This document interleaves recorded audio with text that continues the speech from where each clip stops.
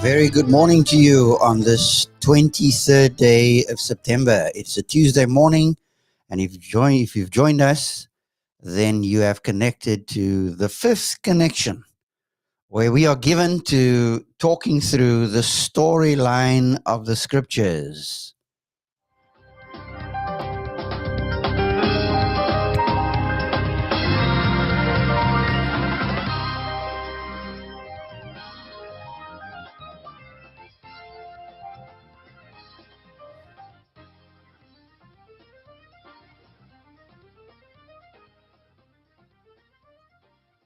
We all are given to having limitations.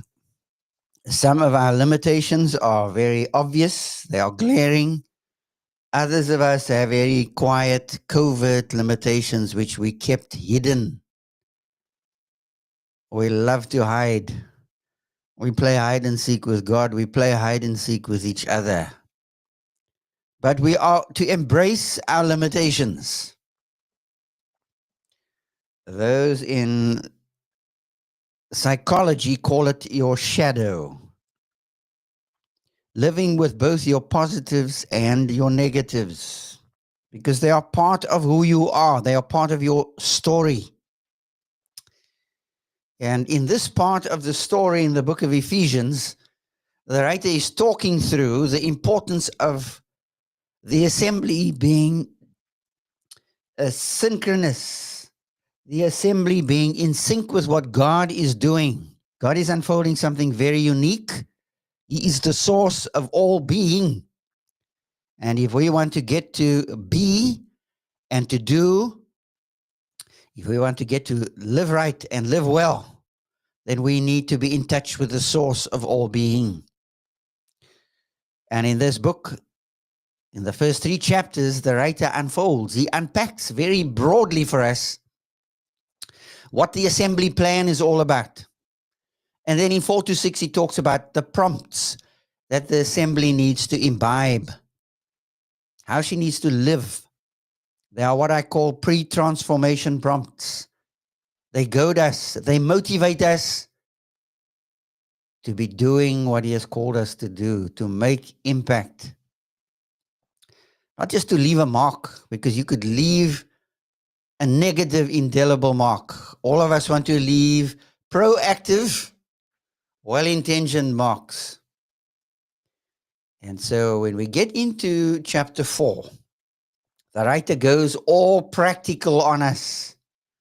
Practical in the sense that he now starts to unfold what living looks like at the rock face of the real world. What flowing with the context of reality is all about. Living in fidelity to the flow of reality. And so he says in verse 1 of chapter 4, based on the plan for the assembly that he has talked through in the first 3 chapters, based upon all of that, we are to posture ourselves so that we can pillar ourselves coherently. It's about postures and pillars. It's about poses and prompts, or poses and props, rather. What holds us up? It's about how we posture ourselves, how we position ourselves in order to play. It's as in rugby. Every single one of those players know what to do in their specific positions. When the other team scores, it is due to fumbling and not correctly executing your function in your position. Now, maybe the other team is just too good for you, but if you play your position, you will be postured, first of all, to execute. As the people of God, we need to posture in such a way so that we can execute, so that we can go with the true flow, the real flow, not work against it, but to go at it with all the fun, the focus, and the fire, because that is what going with the flow is all about. It's fun, there's a focus, and there's fire, there's passion. In verse 2, he talks about the poses, the posture of humility, of gentleness, executed with long-temperedness, putting up with one another in personal voluntary sacrifice for each other, because we want to see transformed people, not just better people, but transforming people. Their lives are impacted for the better. The better is conformity to Christ, likeness to Christ, which has to do with likeness to life. That's why it's about life on life impact.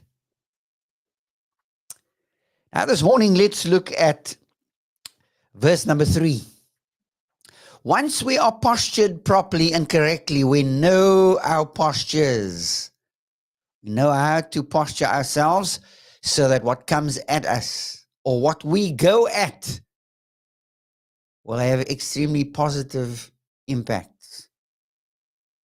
Now, understand that in the first 6 verses, from 4:1 to 6, Paul is talking about the postures and the pillars. Now, he's going to mention what those postures and pillars are. He's already done that in verse 2, the postures. Now, verse 3, the pillars. Eager to maintain the unity of the Spirit in the bond of peace. How do you maintain the unity of the bond of peace?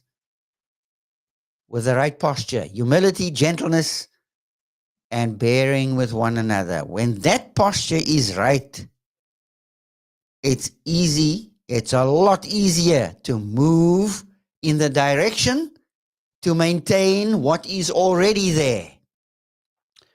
Not to create what is not there, it's already there. The unity of the Spirit.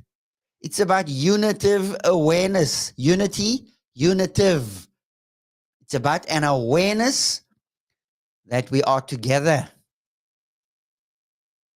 It's very interesting when I was in school education, whenever we attended a departmental meeting where officials from the department would come gathered and talk to us. They would always say, in the colloquium of the day, "Are we together?" It's not a very grammatically correct way in British English to say that. We would say, we together on this? All they would say is, "Are we together?" Which means, are we unitively aware of what is going down? Are we united in our stand? Not disassembled, but together. Eager to maintain. There's an eagerness. We are waiting with bated breath. Waiting with bated breath to do what? To foster unitive awareness. To maintain the unity of the Spirit in the bond of peace. That unity of the Spirit is already there. 1 Corinthians 12 verse 13. For by one Spirit are we all baptized into one body and made to drink into one Spirit. So we imbibe this awareness that is already there. Are you strategically aware that there is a unity that needs to be fostered? Not that you must go and create a unity that must be fostered and nurtured. The way you tend your plants in your garden, you nurture it and you feed it. The way you tend to your children as a responsible parent, you nurture them and you feed them and you protect them. Waiting with bated breath to foster the unitive awareness of the Spirit in the bond of peace. Now, we've engaged and encountered this idea of peace a couple of times in chapter 2. And peace is not just the absence of hostility. Peace has to do with the presence of integrated wholeness. The presence of the integration of what is fragmented. God is able to pull things together and put things together. He can put a fragmented family together. Let me repeat that for those of you who have stopped praying for unity inside of your family. He can integrate what is fragmented, but only He can do that as you posture to be an instrument waiting with bated breath to nurture that unity. Or are you constantly running away from opportunities, constantly hiding and say, no, never again. No, not again. Well, the last time I checked, God hasn't given up on us, has He? You didn't give up on me. It's a song sung long, long ago by a Swedish singer, Evie. You didn't give up on me.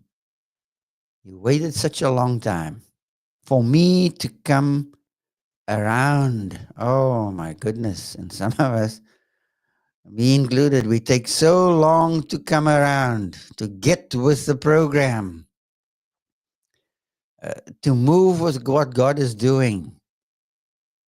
Are you living life on the balls of your feet, waiting with eager expectation for what He is about to do next? Or are you just hiding and making all kinds of excuses for why you are not on the cutting edge? Remember, an excuse is a skinless sausage without any meat. It doesn't hold up. And oh, how we are given with one accord to make excuses for our bad choices and our fraught behavior, our rotten behavior. Here the writer says, if you understand what the plan for the assembly is and how we are positioned as the people of God, then you need to understand now, posture properly. Get into the right pose. We see that with our granddaughter. They become so conscious of themselves when we have our iPhone cameras on them. Oh, and they perform and they pose. Well, they posture for a camera shot, a photographic shot, a digital image that's going to be taken of them. How are you posturing this morning? Maybe you haven't crawled out of bed yet. Maybe you haven't said, good morning, God, but you're rather lamenting.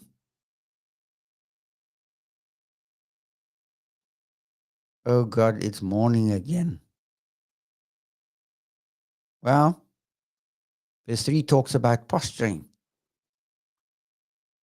so that we can become pillars and props to be supporting what He is doing. Because the writer is talking about, in the first 12 verses, a tall ordered hierarchy that is rank-based, that God uses to build new believers. Notice, young believers. It's the broadcast order that He's going to talk about in the first 12 verses. But He's posturing you for that. Get your pose right. Get your posture right.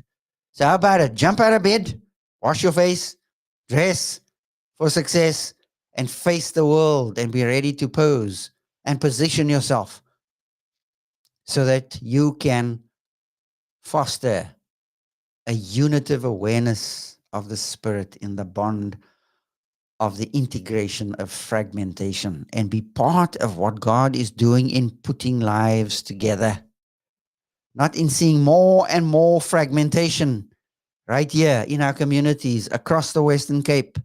More and more families are fragmenting. The communities are shot through with gangsterism and fragmentation. How about it, men and women? Let's rise to the challenge. Today, you're going to have opportunities to posture and to be what God has called you to be as a mommy, as a daddy, and as a child.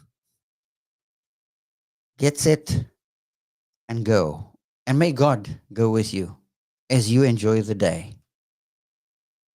Goodbye for now.